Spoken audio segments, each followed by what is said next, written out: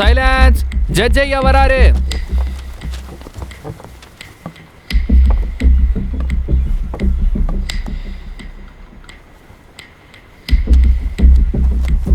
Case number 56 97 80 2022 state versus சலாம்.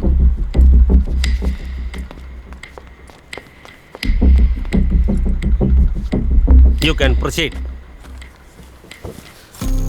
Your honour, 16ஆம் தேதி ஆண்ட்ரூ ஜோசப் கொலை செய்யப்பட்ட கேஸ்ல போலீஸ் சந்தேகத்தின்படி முக்கிய குற்றவாளியாக சலமுங்கிற நபரை அரெஸ்ட் பண்ணாங்க.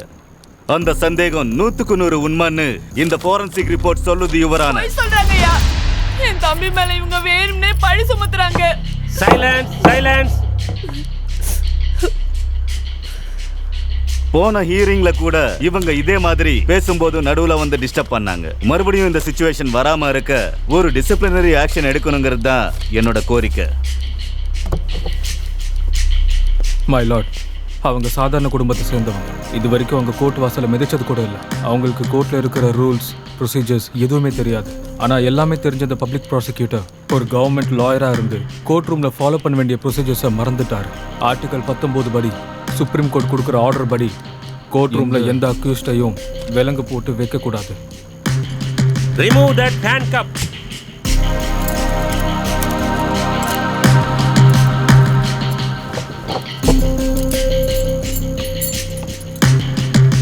நீங்க கன்டினியூ பண்ணுங்க.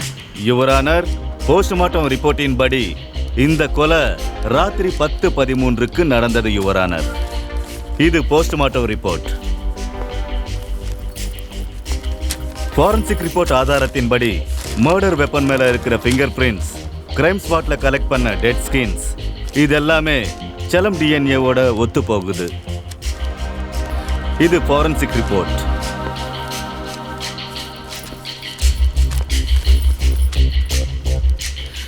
இந்த ஆதாரங்கள் எல்லாம் சொல்ற உண்மை ஒண்ணுதான். ஃபாதர் ஆண்ட்ரூ ஜோசப்ப ரொம்ப கொடூரமா கொலை பண்ண நபர் இந்த சலன் தான் யுவர் ஆனர்.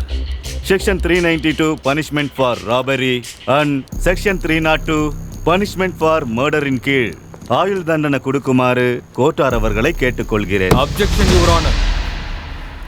ப்ராசிக்யூட்டர் சார், அந்த ஃபாரன்சிக் ரிப்போர்ட் உங்களுக்கு காட்டி என் கிளைண்ட் சலன் தான் அக்யூஸ்டன் சொல்றாரு. இதை எப்படி நிரூபிக்க முடியும் யுவர் ஆனர்? ஒரு பெரிய பிரச்சனையை சர்வே எடுத்ததுக்கு அப்புறம் வெளியே வந்த உண்மை என்னன்னா, தேர் ராங்ஃபுல் கன்வெக்ஷன்ஸ் இன் ஃபாரன்சிக்ஸ். ஃபாரன்சிக்ஸ் ரிப்போர்ட்ஸ் தப்பா இருக்கிறதுக்கான வாய்ப்பு இருக்குன்னு அர்த்தம். அந்த சர்வே உங்களுக்கு சப்மிட் பண்றேன் சார்.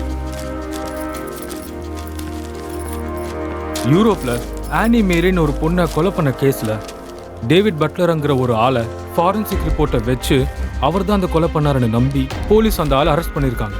அவரை ரொம்ப மோசமா டார்ச்சர் பண்ணி ஒரு 7-8 மாசத்துக்கு அப்புறம் அவர் தரப்பு லாயர் மறுபடியும் அதை அப்பீல் பண்ணதுனால கோர்ட் அந்த ஃபாரன்சிக் ரிப்போர்ட்டை திரும்பவும் வெரிஃபை பண்ண சொன்னாங்க. அந்த ரீவெரிஃபைட் ஃபாரன்சிக் ரிப்போர்ட்ல வெளியே வந்த உண்மை என்னன்னா, அந்த கிரைம் ஸ்பாட்ல கலெக்ட் பண்ண எவிடன்ஸ்ல இருக்கிற டிஎன்ஏ டேவிடுக்கு இருக்கிற டிஎன்ஏவோட சுத்தமா மேட்ச் ஆகலன்னு. இது ஒரு ட்ரூ இன்சிடென்ட் யுவர் ஆனர்.